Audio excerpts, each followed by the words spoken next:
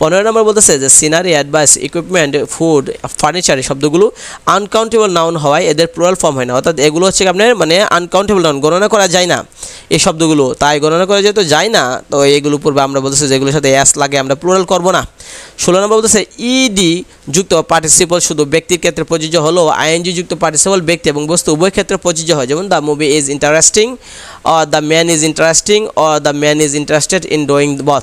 Doing math. অর্থাৎ বলতেছে কি যে আমরা জানি যে কোনো একটা ভার্বের সাথে আমরা আইএনজিও লাগাইতে পারি পার্টিসিপল করার জন্য, আবার ইডিও লাগাইতে পারি। বলতেছে যে ব্যক্তির ক্ষেত্রে প্রযোজ্য হলো ইডি যুক্ত পার্টিসিপল শুধু ব্যক্তির ক্ষেত্রে প্রযোজ্য হলো আইএনজি পার্টিসিপল ব্যক্তি এবং বস্তু উভয় ক্ষেত্রে প্রযোজ্য, মানে ব্যক্তির ক্ষেত্রে আমরা ইডি লাগাইতে পারি, আর মানে যদি বস্তু হয় বা ব্যক্তি হয় তাহলে আমরা আইএনজি লাগাইতে পারি। মানে কি, মানে এখানে খেয়াল করে দেখেন দ্য মুভি ইজ ইন্টারেস্টিং, এখানে the movie is interested ED আমরা ব্যবহার করতে পারবো না, দ্য মুভি ইজ ইন্টারেস্টিং। বলতেছে কি যে দেখেন ইন্টারেস্টিংটা আমরা কোনটা ইন্টারেস্টিং, মুভিটা ইন্টারেস্টিং, তাহলে বলতেছে যে যদি বস্তু হয় তাহলে আমরা আইএনজি লাগাবো, ব্যক্তি হলো আইএনজি লাগাবো, কিন্তু ইডি শুধু লাগাবো ব্যক্তির ক্ষেত্রে, যেমন দ্য ম্যান ইজ ইন্টারেস্টিং এটা সঠিক, কারণ কেন আমরা ব্যক্তি বস্তু উভয়ের সাথে আইএনজি লাগাতে পারি, আর বস্তু হইলে শুধু আমরা কি লাগাইবো যে মানে ব্যক্তি শুধু যদি হয় তাহলে আমরা ইডি লাগাইবো। বলতেছে the man is interested in doing math, এটা খুবই ইম্পর্টেন্ট, এটা থেকে অনেক প্রশ্ন আসে। আমি আবার বলতেছি যে এই বিষয়টা কি,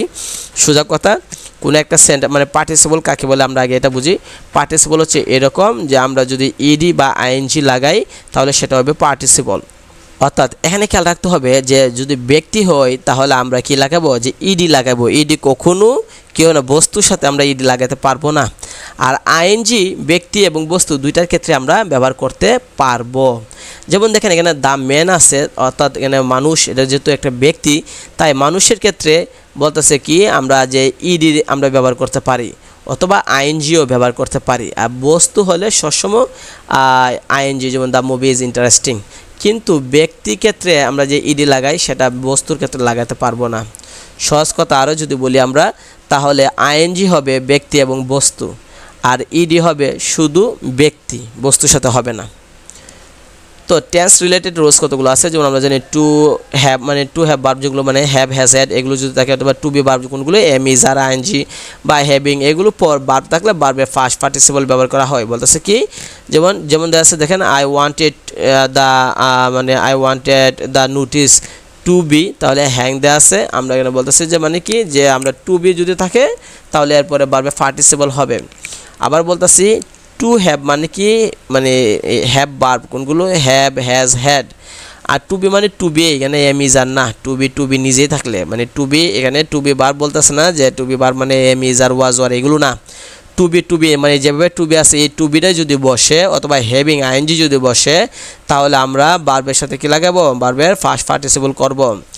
18 নম্বর বলতেছে সাধারণত মডেল অক্সিলারি ভার্বের পরে ভার্বের বেস ফর্ম হয়। আমরা জানি যে কোনো একটা সেন্টেন্সে যদি can, could, may, might, will, would এগুলো লাগে তাহলে ভার্বের পরের ভার্বের সাথে কিছু যুক্ত হবে না, না আইএনজি, ইডি, না এস বাই এস কিছু লাগবে না, সেটা বলতেছে। নিম্নলিখিত মানে কতগুলো দেওয়া আছে যেগুলো আমরা জানি M to, is to, are two, was two এটা দিতেছে, মানে বলতেছে কোনটা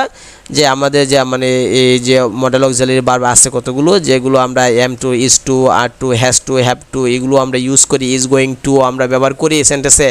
আর গোয়িং টু ব্যবহার করি, এগুলো পর ভার্বের বেস ফর্ম হয়, মানে ভার্বের সাথে কিছু যুক্ত হবে না এগুলো পরে। যেমন এখানে দেওয়া আছে যেমন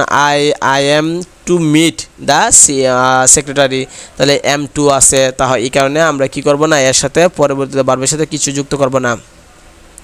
বলতেছে নিচে ভার্বগুলো যদি থাকে ভার্বের পর আইএনজি ব্যবহার করা হয়, যেমন am better off, feel like, am use to, is use to, look forward two.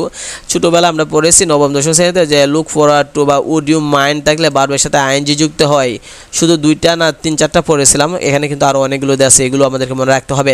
21 নম্বর বলতেছে যে হ্যাভ, হ্যাজ, হ্যাড থাকলে আমরা জানি হ্যাভ, হ্যাজ, হ্যাড থাকলে মূল ভার্বের কি হয় ফার্স্ট পার্টিসিপল হয়, সেটা বলতেছে যে পজিটিভ ভার্ব হিসেবে ব্যবহৃত যখন তাদের ইনডাইরেক্ট ব্যক্তিবাচক থাকলে পরবর্তী ভার্বটি বেস ফর্ম ব্যবহার করা হয়, এটা বলতেছে।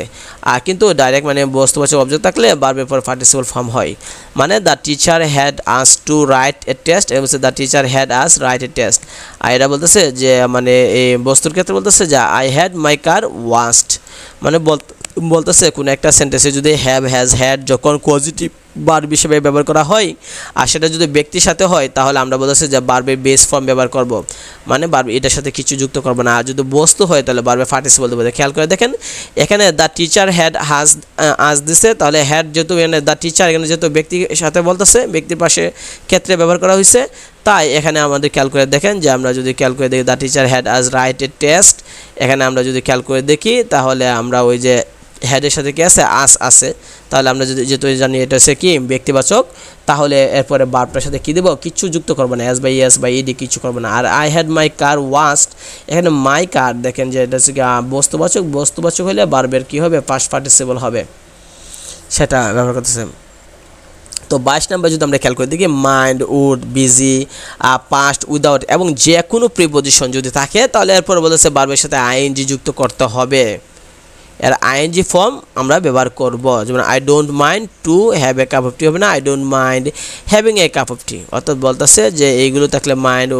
উড বিজি পাস্ট উইদাউট অথবা যে কোনো প্রিপোজিশন যদি থাকে তাহলে পরে ভার্ব থাকলে এটা আমরা আইএনজি করব। পরে বলতেছে যে যেমন it is no good it is not would এগুলো যদি থাকে তাহলে ভার্বের পর আমরা আইএনজি যুক্ত করব। 24 বলতেছে লেস থাকলে আমরা পরবর্তীতে কী দিতে হয় শুড দিতে হয়, যেটা আমরা পড়েছি। আর না বোধক অর্থ প্রকাশ করায় নট বা নট আমরা নো বা নট ব্যবহার করবো না, অর্থাৎ লেস্টের পর আমরা শুড দিব কিন্তু কোনো মানে নেগেটিভ ব্যবহার করবে না, নো বা নট ব্যবহার করবে না, কারণ হ্যাঁ নিজে নেগেটিভ বিষয়ে কাজ করতেছে। 25 নম্বর হচ্ছে উইশ বা ফ্যান্সি, এরপর সাবজেক্ট থাকলে ভার্বের ফার্স্ট ফর্ম হয়, তাহলে উইশ থাকলে বা ফ্যান্সি থাকলে পরে ভার্বটা কী হবে ফার্স্ট ফর্ম হবে। যেমন I wish I can fly, এটা হবে I wish I could fly, কেন আমরা বলছি উইশ বা ফ্যান্সি থাকলে ভার্ব ফার্স্ট ফর্ম হয়। Can't help could cannot help cannot help বা কুড নট হেল্প অথবা ক্যানট বেয়ার এগুলো থাকলে ভার্বের সাথে আইএনজি হয়, এটা আমরা পড়েছিলাম অ্যাফার্মেটিভ নেগেটিভ এসএসসিতে। আমরা জানি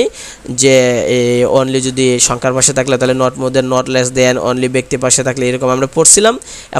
অ্যাফার্মেটিভ নেগেটিভ একই ক্ষেত্রে আমরা পড়ছিলাম মাস্ট যদি থাকে তাহলে আমাদেরকে মাস্টের পরিবর্তে নেগেটিভ করতে গেলে ক্যানট বাট অথবা ক্যানট হেল্প দিতে হয়, ক্যানট হেল্প দিলে পরবর্তী ভার্বের সাথে আইএনজি দিতে হয়, এটা এখানে বলতেছে যে cannot help could not help cannot bear এগুলো।